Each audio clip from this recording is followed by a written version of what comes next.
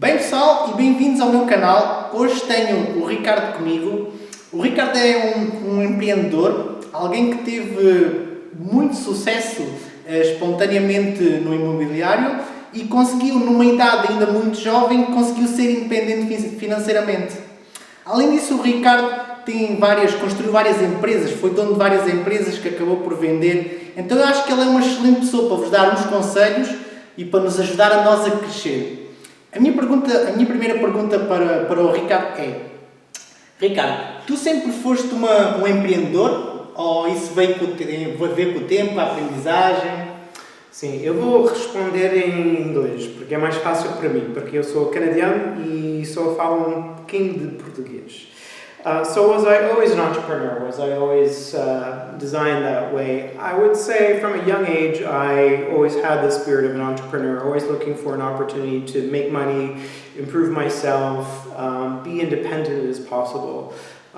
So be it in Canada, it's not unusual for a young boy to have a paper route, and a paper route means that you would be delivering newspapers to houses, and so that's how you would make your own money and create your own style of business. So that continued on until today. So I think any opportunity that presents itself that allows you to express your business capacity in being independent and making your own money and making your own decisions and helping others in creating a need and a service for something is a form of entrepreneurship. And you have a great attitude. Actually, Ricard inspires me a lot. He helped me to build my project, to define the rules, to define where I should start. Ricard, you think that being an entrepreneur and to have success, it's a thing of lucky. You are lucky in your life, or you have to work the things that you have today? It's a great question. I think the only time we're lucky in our life is when we're born. That being, we're lucky to have been born to a good family, a good country, good health. I think the rest of our life journey is really filled with opportunities. And I think we're constantly being presented with opportunities. And it's our choice to either focus on those opportunities and grab a hold of them and recognize them as opportunities and then take advantage of them. That's what I would consider luck. I think luck is something that is doled out too often, and sometimes in fits of jealousy, people say, oh, you're just really lucky. No, I think success has a lot to do with just recognizing opportunities and saying yes to those, and being always on the lookout for those, so that when things are passing you by, you're saying, that's an opportunity that fits into my goal list of my life. It has nothing to do with luck. Yeah. So you really can tell people from your own experience that the goals are not about luck and not about the circumstances or the obstacles. It's about what you do with what you have, no?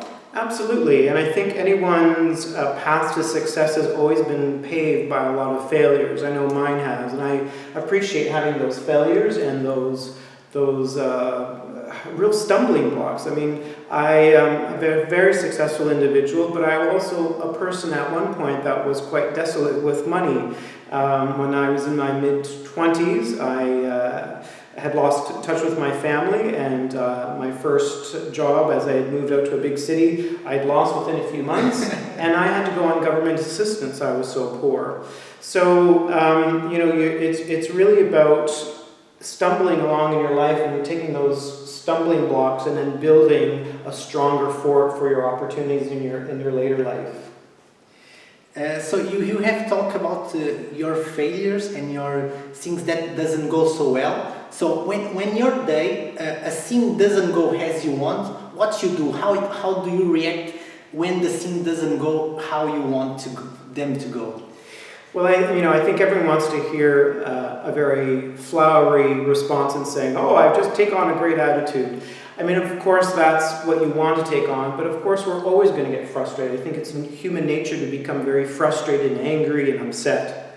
I think what's really important is that in those times of stumbling and failures and frustration, you always have to keep in mind that that is just part of the journey, and you always have to keep in mind, what is your end goal?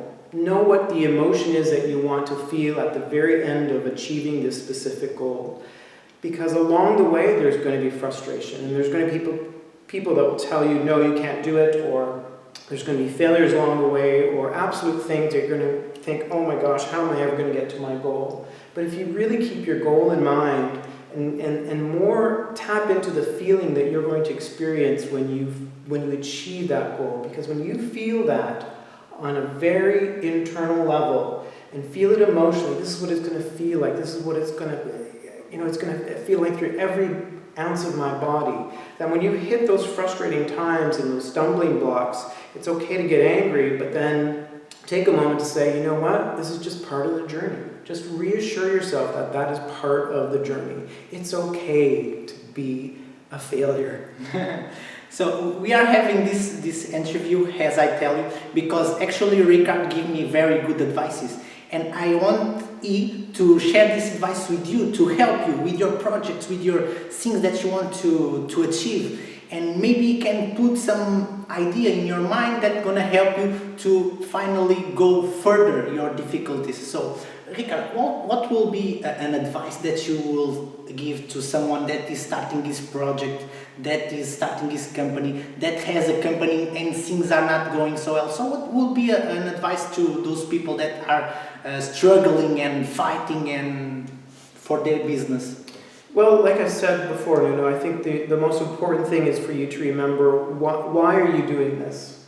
What is it that you're really trying to achieve? And sometimes it's not about how we get there, to focus on it. It's important not to worry about too much about how we're going to get there.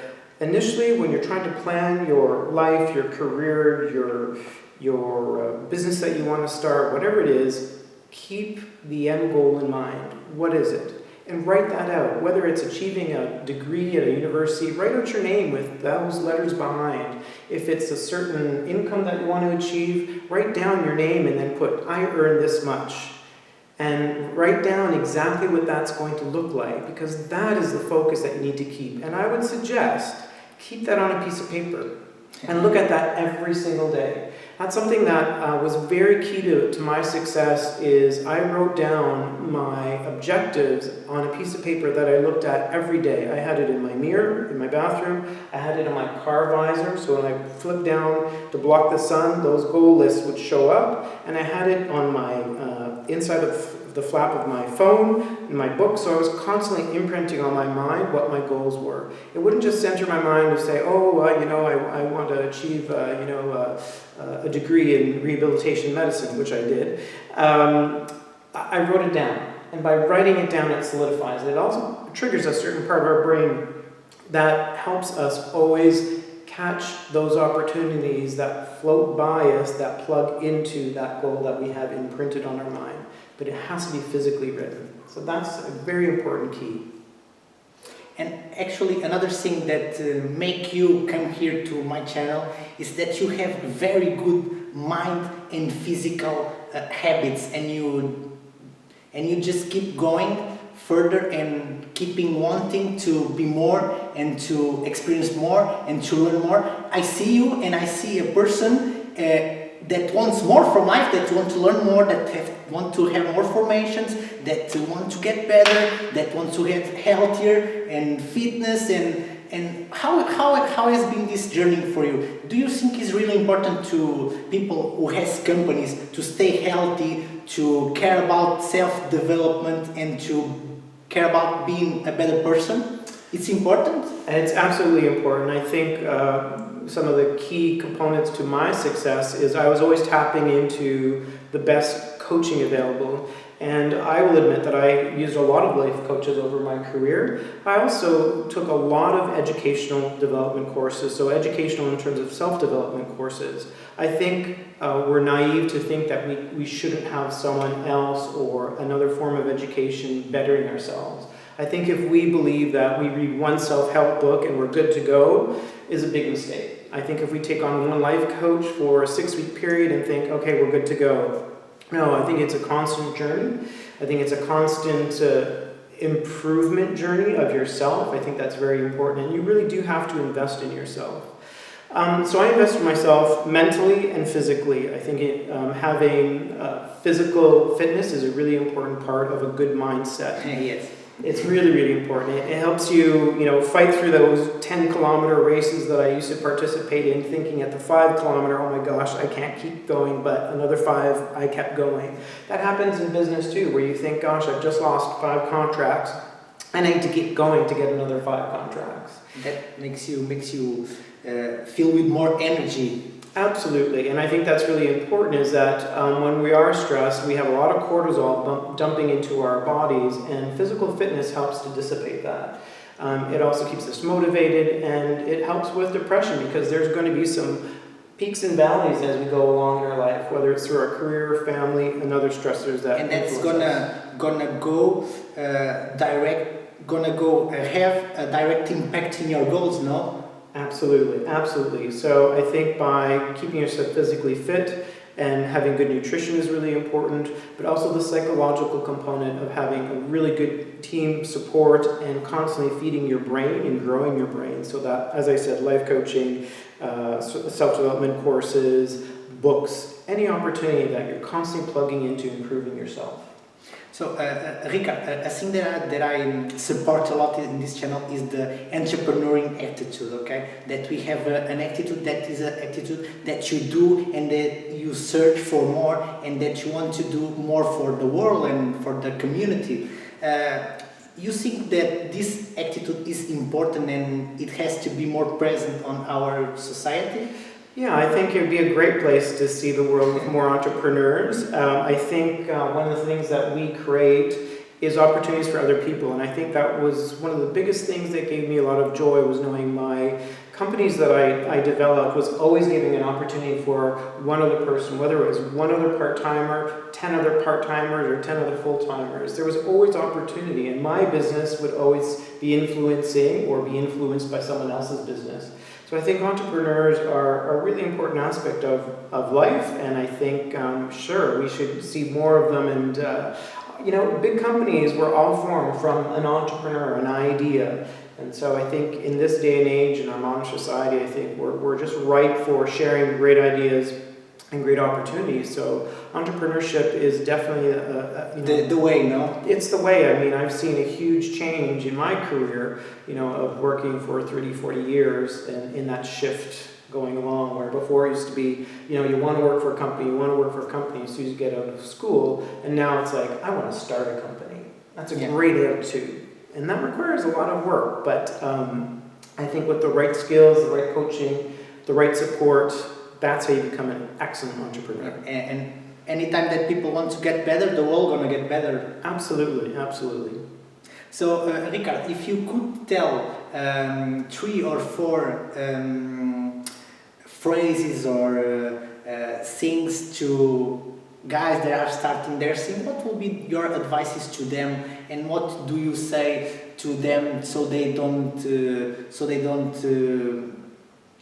quit or don't stop trying? Because sometimes people are in home and I don't want to do it anymore, and they think that doesn't make the price. And what do you think? What do you will say to those people who are struggling and not seeing the way out, and you want to help him to achieve what they want?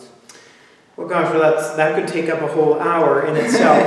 But there's some key things I think that are really important, and that is, people are always saying, well, you got to find what you love to do. You got to find what you love to do. I think sometimes the reality is that it's important just to find what makes you curious, or pursue what makes you curious, because that's where we often find our own successes. Sometimes, launching out into your own business, is it going to be something that you absolutely love? Or maybe it is, but you have to keep maybe the constant income from a regular job. So you have to always keep in mind that, sometimes when we're pursuing things, it's not going to be exactly what we love, but it's definitely something that's going to keep us passionate about the journey and the learning. So, like I said, it's okay to start a company and fail with it. What's more important is to take away what you learn from that. So, I think what holds a lot of people back is that failure, or let's say something horribly happened yesterday and you want to just quit everything. Well, you could choose to do that, or you continue to keep going and say, look, the best thing out of this, let me try for another 5 weeks, 5 years, 10 years, and see what I experience out of this. Whether it fails or not is not important. It's what did I get out of this? Because what I learned from this, I can now apply to, my next curiosity, my next passion project. My next project. I can pick up this thing and make another thing. Exactly. Most entrepreneurs are very successful because they can take those skills and apply it to almost every other thing that they touch, and everything becomes golden. Really successful entrepreneurs will tell you they've had many different companies. Yes, they see the opportunities in the downs. They go through the downs, and when they are on the down, they see the opportunity and they go up. Absolutely. This was the video. Agora em português, este foi o vídeo. Eu tive que falar aqui em inglês, ficou mais fácil para o Ricardo nos poder explicar. Quem tiver em casa que não perceber tão bem o inglês, eu vou ainda pôr as legendas no vídeo. Este é o vídeo de hoje. Obrigado ao Ricardo por partilhar as dicas dele. Deixem os comentários aqui no canal, subscrevam, partilhem. Obrigado e até à próxima. Adeus.